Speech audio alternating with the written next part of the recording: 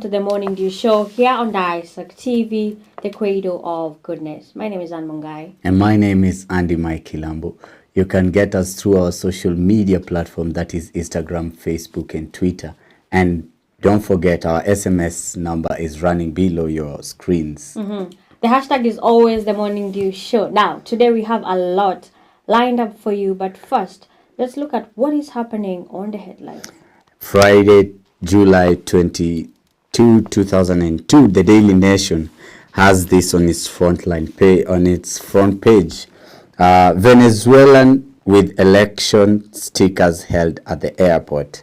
That's a story that is making headlines on today's Daily Nation, and we're going to look at it in details in just a bit. Ruto Raila caught up in a zero-sum game.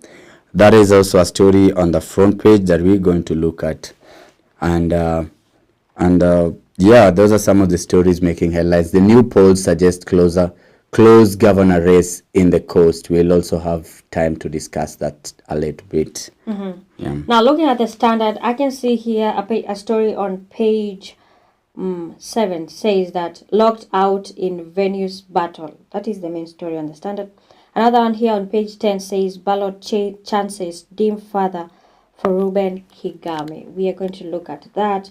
And another one here on page 3 says General Kibicho first CDF to graduate with PhD. And another story here on page 27 says shillings 103 billion to bail out KQ. We're going to get into details with that, but right now, let's review the newspapers.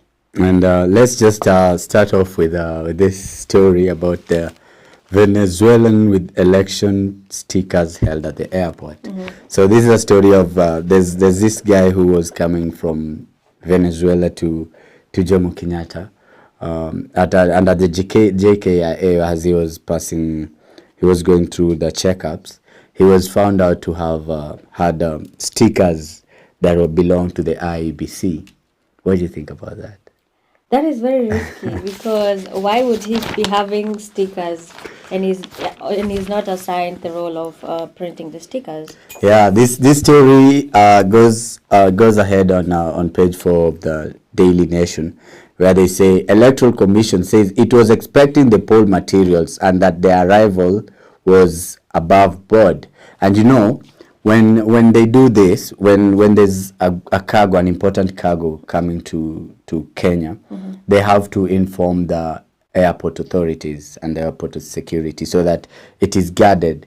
But this ones came with an individual, like one person individual. So it still brings us back to the IBC preparedness. Are we really going to have a fair and transparent election? Since we've had these problems coming up. Last time we had loopholes in the transmission, where we had some problems of transmitting the information from the various polling stations to the central area where they're supposed to be tallied. Now we have another problem whereby an individual has been found to have all this. Then it is also, they also say that the man who had just landed from the UK was found with the materials in his bag. And when the IEBC was asked, they said the correct position is that today morning IEBC received stickers to aid labeling and distribution of election materials. That is today morning. Today morning. This guy was in Kenya yesterday. At around 12. So is it safe to say that he was the one who was delivering these? I don't think he's the one who should be doing that anyways. He shouldn't. He shouldn't. But we'll be talking more on these stories during our second segment, and we will want your opinion on what you think about all this that is happening with the IEBC of late. Yeah. So still on IEBC, there's a story here on page 10 on the Standard that says Court of Appeal suspends orders for IEBC to accept Kigame's papers. We know that Mr. Kigame was to now be a presidential candidate according to IEBC, but now Court of Appeal has suspended the orders for IEBC to accept him, to accept his papers. And I don't know what's the fate for Mr. Reuben Kigame, because right now we are at 17 days to elections. Time is running out. So we don't know if he's supposed to be now the presidential candidate or not. but we really hope the best for him. It says here on the highlighters that 3 judges bench suspends execution of Justice Mrima's orders until Monday. IEBC urges that Justice Mrima erred by ordering it to consider the signatures collected by Kigame. So we don't know how that is going to unfold, but we will definitely tell you what it says. There's also another interesting story on the Daily Nation still on page 5 about politics of food, where the DP accuses government of failing to address inflation in good time to cushion suffering Kenyans. And Ruto on Uhuru's unga price drop. It's too little, too late. So this is a story that is very interesting, where the DP is saying that the government would have done this earlier rather than waiting for this time when the Kenyan society has really suffered. We've really toiled them just to reduce the prices right now. And just to quote a little what he said, he said the government should stop mocking Kenyans who deserve better from their leaders. They increased the prices of maize flour so that they could fund Mr. Odinga's campaign and benefit a few rich friends. Now they are reducing the prices so that you can vote them to power, he noted. So this is a very interesting story. It is on the Daily Nation. You can take time and look at that story.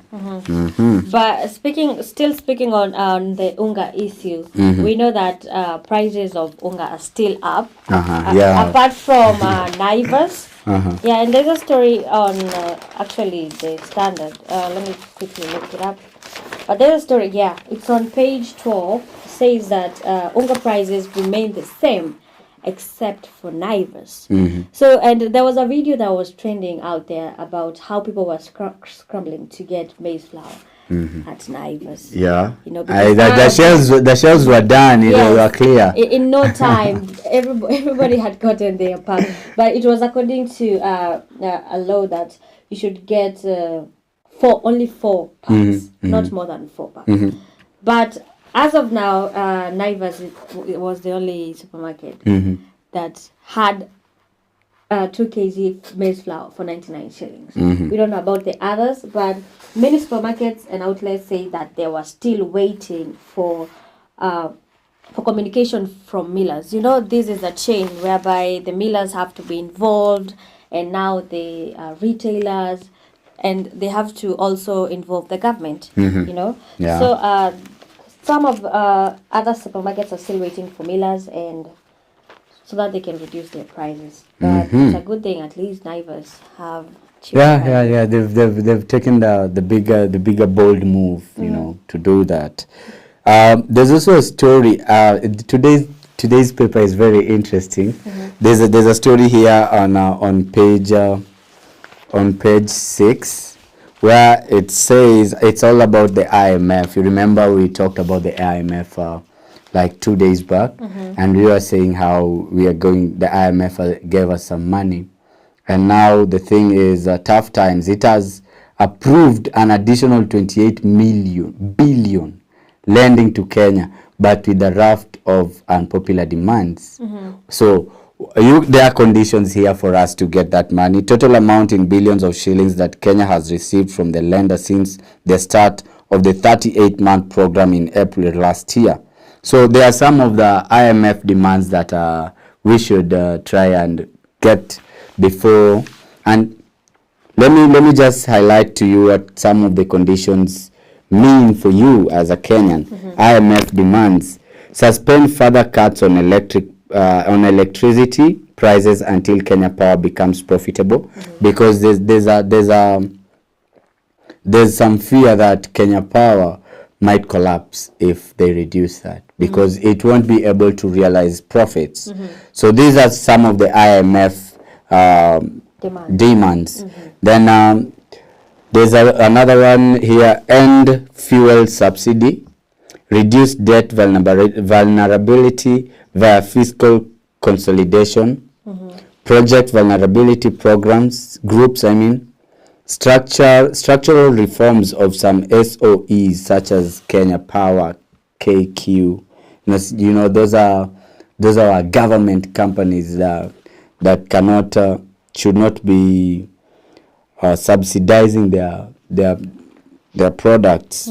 Those are some of the IMF demands. That story is on page 6. There's also control spending, strengthening the monetary policy framework. Then there's that is the IMF demand, and what is expected of the treasury. What action will it take?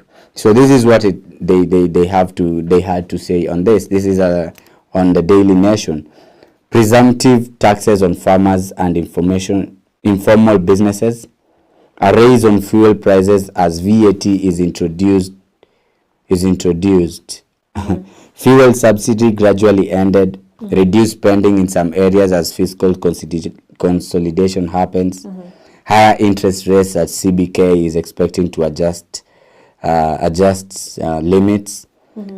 Job losses by cuts of SOEs as structural reforms begin. So many people will lose their jobs in KQ and Kenya Power because of the structural reforms that will begin. And lastly, cut fuel subsidy. Now, this story is a very interesting story. You can read more about it on the Daily Nation today.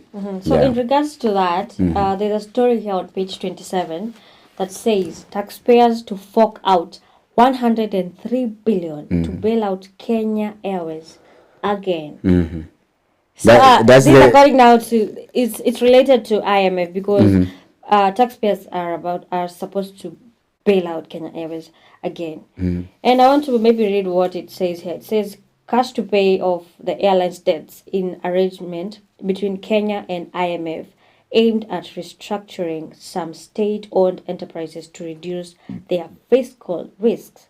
The state has so far extended the carrier loans amounting to 63.2 billion.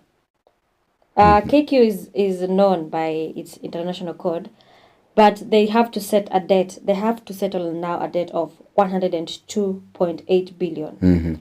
Which is going to be paid by the state. And we know that we, the taxpayers, are supposed to give that money so that the KQ can be bailed out again. You know, it's sad. It's very sad because still we need to get like 4.1 like 4.1 million Kenyans in arid lands battle for food shortage, and that's why the IMF came in to help the struggle to put food on the table due to worsening climatic conditions. That's why I think the IMF giving us 28 billion, at least 4.1 billion should be going to the arid and semi-arid areas.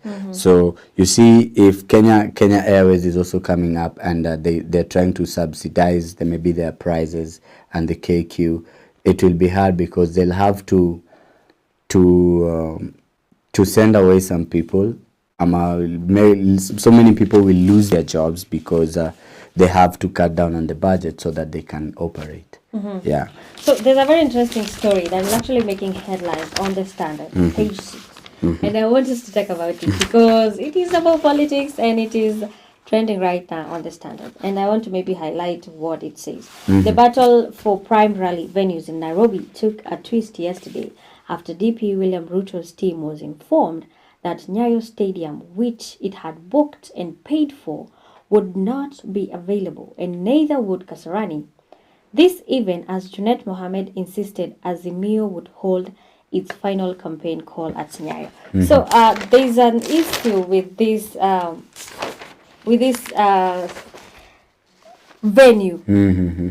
Azimio aspirants want to hold their rally on August 6th.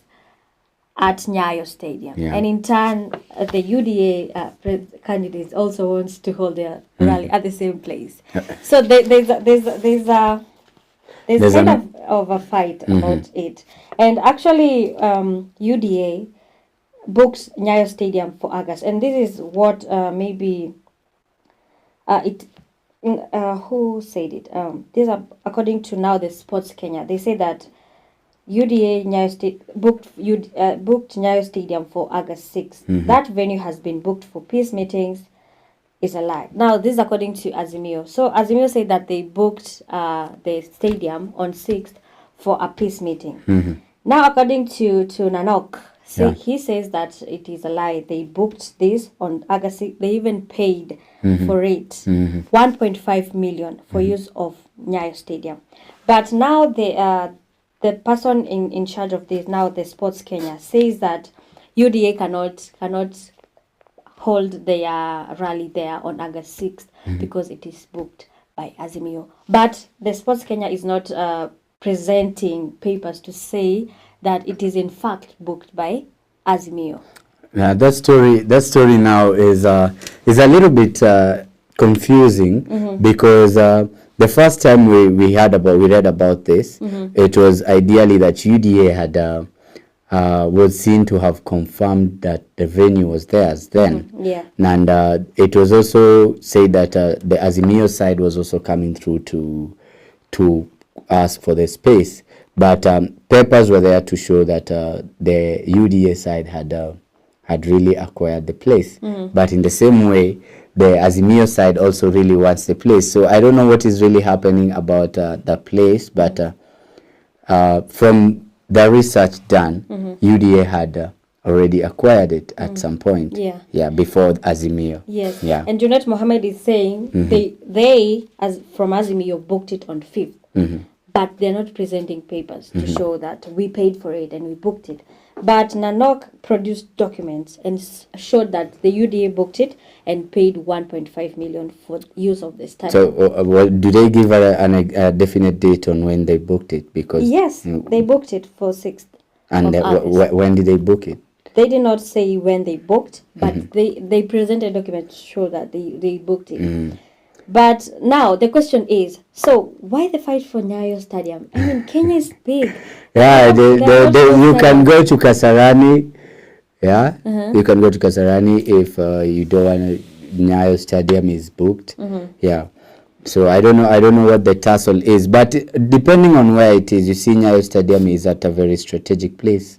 Yeah, it's not very far from town, and I think the capacity is big enough to hold a rally, and given that all of them will be finishing their rallies on 6th of August, they would like to finish it in style and in Nyayo.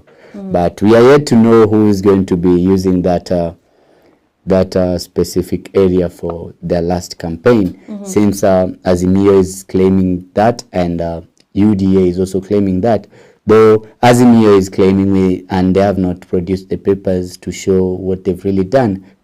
But on the Standard today, you will see some of the copies of the papers that show that the UDA side have took the place, had booked the place, and are really eager to do their rallies from there. Yeah. So, Mr. Raila Odinga, the reason as to why he wants this particular venue is because it's located in Langata, a constituency where he has served for 20 years and where he enjoys overwhelming support.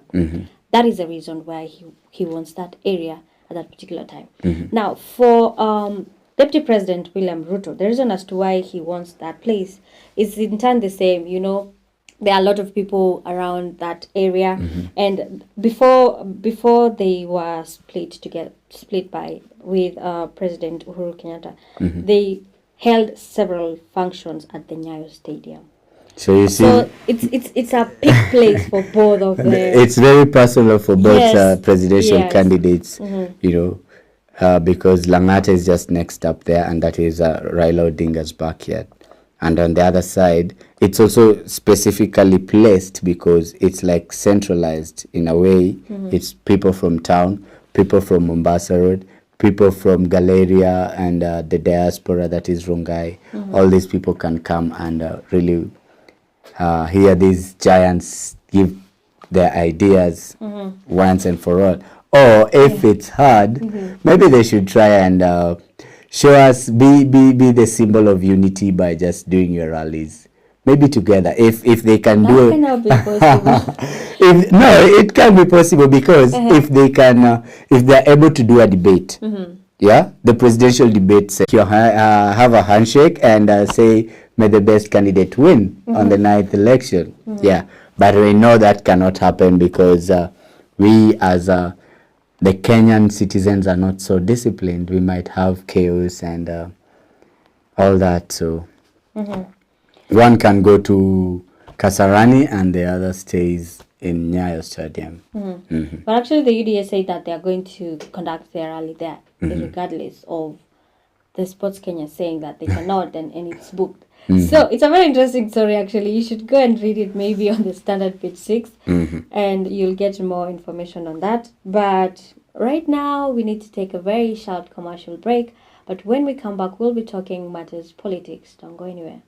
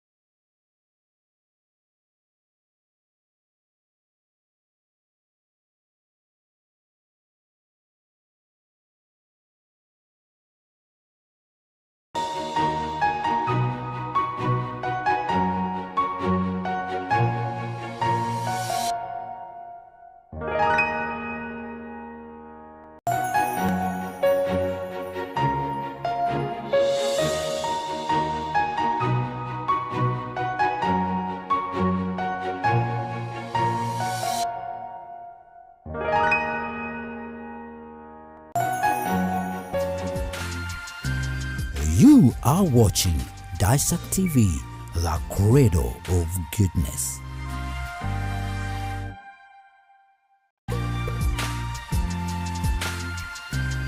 You are watching Dissect TV, the cradle of goodness.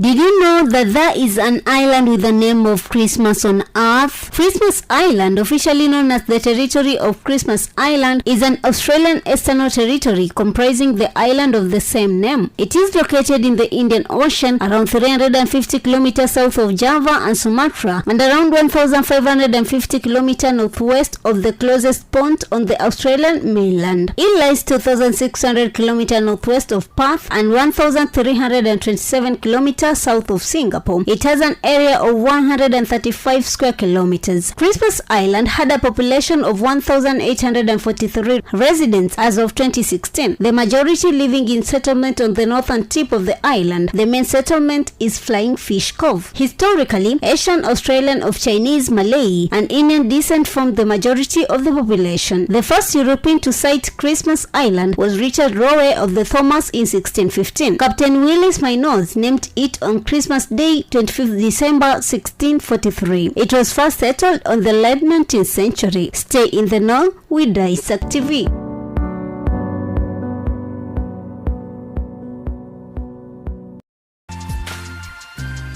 You are watching Dissect TV, the cradle of goodness.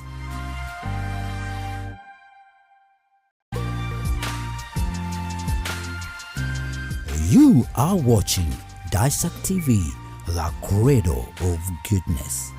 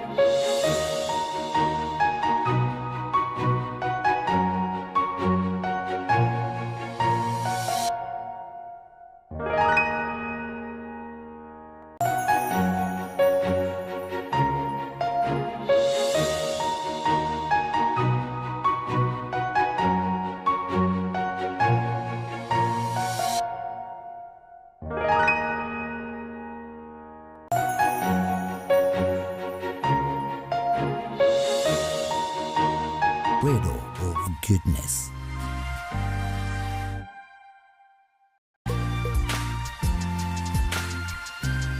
You are watching Dissect TV, the cradle of goodness.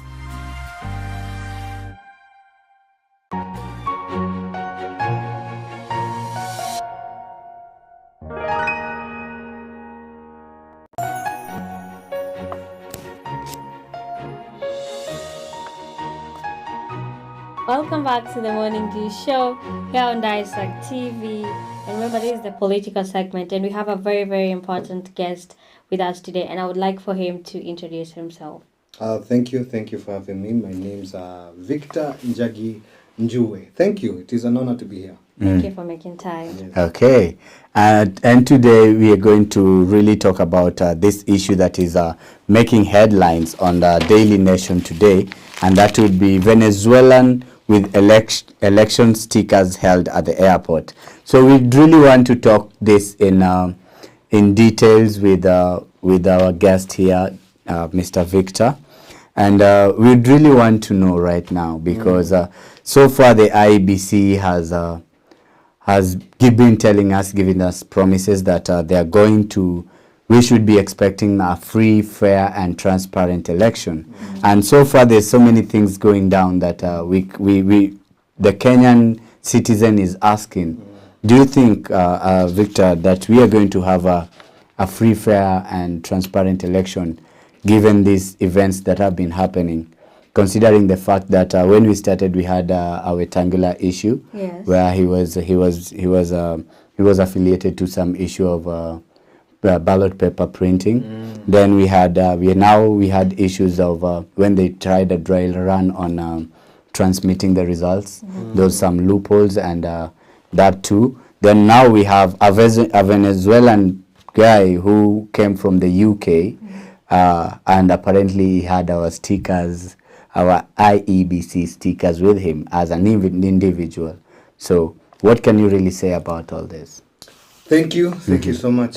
First of all, I would like to start off with a question. Uko na kura? Yeah, obviously. Uko na kura? Yeah. All right.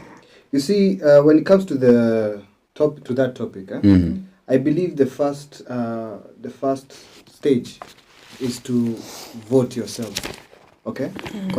Talking about corruption and the voting.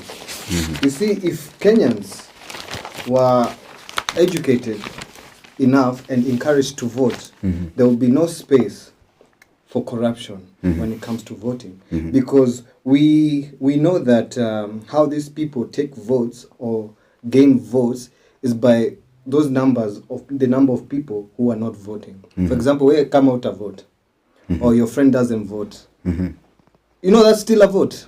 Do you people know that it is still a vote? Because speculation says they take those numbers and share amongst each other, and that's why you find even the strangest of candidates, he was losing, and then out of nowhere ameshinda.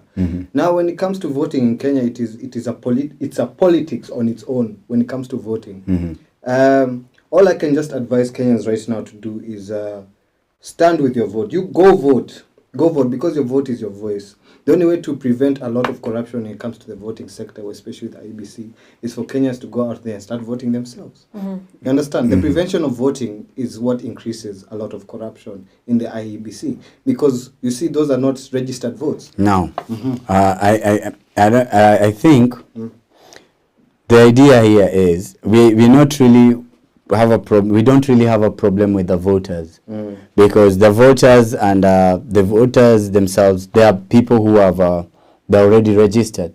So the problem here is not the voters, but do we have confidence in the IEBC that they'll be able to translate all this to a free, fair, and transparent election? That's interesting, and that's a very, very, very interesting question. To say we have full confidence in the IEBC is like to say a toddler can talk. Okay. Which is impossible. Okay. Because number one, I still insist on this. As we Kenyans, you see, let me tell you something. For them to even begin the corruption of stealing votes, it's because Kenyans don't go vote Do you know whether you vote or you don't, you've still voted? Because the votes that you refuse to vote, they take them and register them according to which candidate that demands those votes. Do you know that? Unakumbuka ile story ya Kibaki where speculation said he lost and then overnight he was signed in as president. Unakumbuka hiyo story? Yeah. I'm sure Kenyans had full confidence in IEBC then. Yeah. Has IEBC changed from then? Has it? Okay, in regards to that, I want to maybe say that IEBC has not changed, and you have said that we are not sure. According to you, is it safe to say that we are not sure? Well, to say we are not sure is not what I said. We would like to believe we are sure, but we all know, most Kenyans, what we think. Most Kenyans were not sure. I think Bwana Because Victor, last time- you're running away from the question. You know, Yes, I'm exactly. really asking you a question, and the question still goes. No. The question still goes. You know, do you, as Victor, have confidence in the IEBC to give us a free, fair, and transparent elections? That is my question to you. That's a good question, but I still insist on this statement. I still insist on this statement, Jameni. We all know IEBC had a lot of scandals concerning frauding. Like the leader last time, the head of IEBC, It's still Chebukati. still Chebukati. Do you remember the last incident he had? Do you remember the scandal he had last time? No. You don't? No. Huyu anafaa kupewa gari. But my point is, honestly speaking, as Kenyans, because I stand here speaking for Kenyans, on my part, it's not about me, it's about the Kenyan people. For me personally, I don't believe the Kenyan people still trust the IEBC because of what has happened over the years of election, during the election years, where how many times have we repeated election, like voting? Like last time, Sijui Uhuru, we repeated it twice again. Now, you see, we speak with facts. We don't speak out of our own personal point of view. And the facts state this. How come Kenya is the only country, like Kenya repeats its elections twice, but other countries like US, they do it once and it's final. So question to you now, with that said, is it really trustworthy? I think this year there's going to be a difference because, like the likes of Mr. Raila, he said that however the elections come out, the polls, he's going to be okay. Yeah. He's going to accept. So there's not going to be any repetition of election. According to Mr. Raila. So you know. Are you sure? Yes. That is what he said. That is what we don't know about these other presidential candidates. Can I be honest? Let's be factual here. But wasn't Baba the same person who said akifikisha miaka ya kukosa kurun bado hata run, and he's still running? Okay. That is constitutional. You know, Bwana Victor, even though you're trying to run away from the questions I'm asking you. Now, in regards to what happened yesterday, that there was a Venezuelan man from the UK, and there are 3 suspects, and they were found with IEBC stickers at the airport. Now, the idea is, these cargo, important cargos that are coming to Kenya, most of them always, there's a protocol. The airport is notified. The airport security is notified that there's a cargo coming. There's a way they can change it and secure it on time. And now we want to say that we really have confidence on the IEBC to give us a very transparent election. Yet we have a Venezuelan guy coming with IEBC. He's not even Kenyan. In his back, in his personal backpack, he has the IEBC stickers. Having names of different polling stations that are in Kenya. And that is why I'm telling you, that is why I asked you, is it really relevant? Like, can we really trust them? Because last time we checked, we had an election. When was the last election we had? 2017. 2017. Yeah. How many times did we vote for a president? Sure. 2 times. Last time we had election, how many times did we vote for another president? I don't quite remember. You don't quite remember. You were young then. But you see, my point is exactly this. Sitasema they're trustworthy or not, but we look at the facts. Open our eyes. They're there in front of us. Bwana Victor. What we know though, the Venezuelan guy yesterday came with IEBC stickers in his backpack, and today IEBC received stickers In the morning. in the Yeah. morning. Clearly, That is very suspicious. clearly they have the eye on the ballot. That is very suspicious. You know, and let's just let's get back to the nation and try to quote some of the things. You know, there's this thing that they said here, that the correct position is that today morning IEBC, just what Anne is saying, IEBC received stickers to aid labeling and distribution of election materials, said the commission on its social media handles, as the drama was unfolding at the airport. So how did they get these stickers? So how That does is the this question. person has stickers that are meant to label election materials? Okay, now You know, and he is an individual, and we're seeing you right now trying to deviate from the questions we are asking you. No, Rather, no. you're all measuring on a voter orientation program instead of telling us what you think about the IEBC and its preparedness for the election. Now here we go. Thank you for that. I want to ask you something. What is the means of voting? Is it digital or is it manual? How do we vote as Kenyans? There's a digital registrar that is going to be used. That is going to be Yes. But how come it's not been used by now, and we have the technologies and the resources to use it right now? Apparently, these are the same questions I'm trying to ask you right now. No, the KPMG report, it is meant for the public. Why is it not out? No, as the IEBC, exactly. They're supposed to bring it out for the public. You know, Good. the number of registered voters, we only see it in our opinion polls. Wait, we are not no, seeing let's it. stop there. Let's stop there. The reason why I've asked you that is manually. We are currently using manual means Yeah. of voting. We are going to use both. We are going to have Currently, as we speak, we have been using manual. we were using, We but were. yeah. 2017. They've integrated right now Right an now. electronic manual, an electronic registrar. How And sure are we? It is there. It is in place. It's been confirmed. That's why you get the Azimio leader was really campaigning that we should also have the manual registrar in all polling stations. Yeah. So right now we are going the other way, which is digital.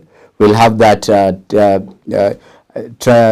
transmission of results through picture. It will be pictorial, which has not been done before. Yeah, So that's there are so many things that are happening that have changed the dynamics of how we are voting. That's why we are asking this big question. Despite everything that is happening, we had loopholes